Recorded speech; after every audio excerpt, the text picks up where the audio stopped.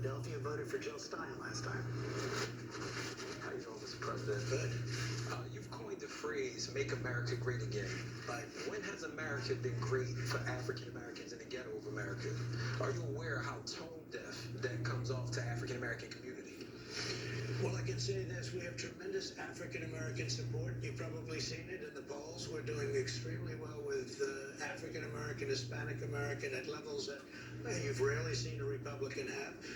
If you talk about Make America Great, if you look at just prior to, and I'm talking about for the black community, you look just prior to this horrible situation coming in from China, when the virus came in, that was probably the highest point. Home ownership for the black community. Home ownership, lower crime, the best jobs they've ever had, highest income, the best employment numbers they've ever had.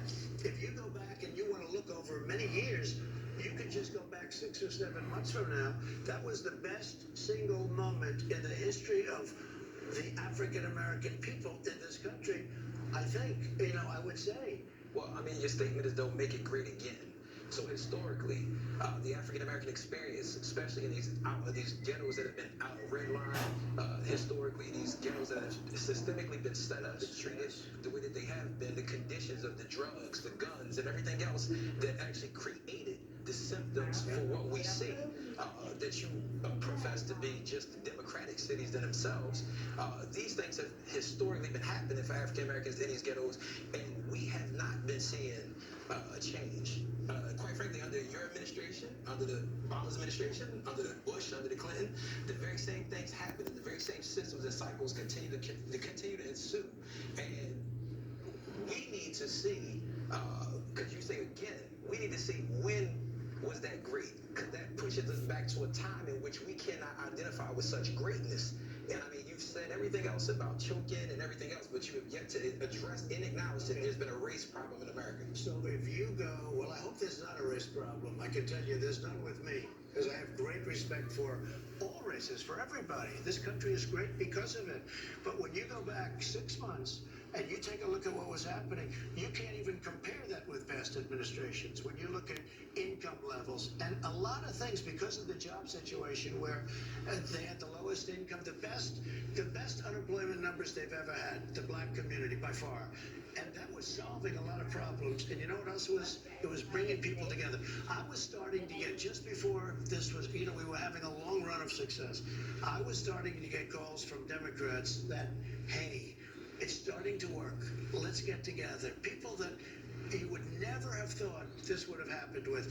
There was going to be unity, but unfortunately that was hurt because we got set back. But now, I think next year is going to be one of our best years economically. But income equality is higher.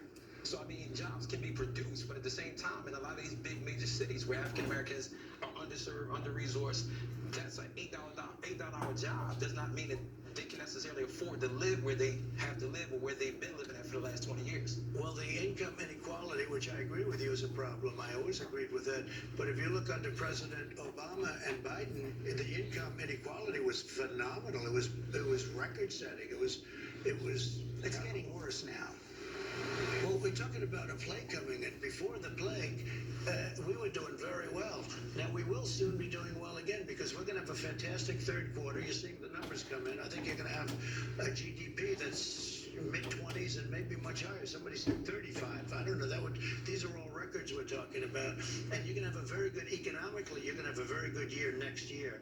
But I agree with a lot of the things you say, but you have to look back because we really had it going well. Had we not been hit by this horrible disease that came into our land and all over the world, by the way, came all over the world, we would be in a position where I think income from China equality would be different. It was really getting there. We were really driving it down.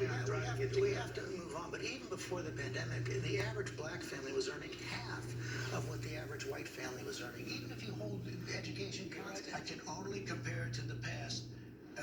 The African American, the black community was doing better than it had ever done by far, both in terms of unemployment, home ownership, so many different statistics, even in terms of There was still a gap between blacks and whites. I mean, there was a gap, but we were doing a good job. It was getting better.